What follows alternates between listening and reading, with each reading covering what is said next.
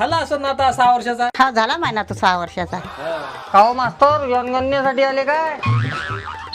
नाही ते ऍडमिशन साठी आलो होतो. असं असं. हा घे रे घे.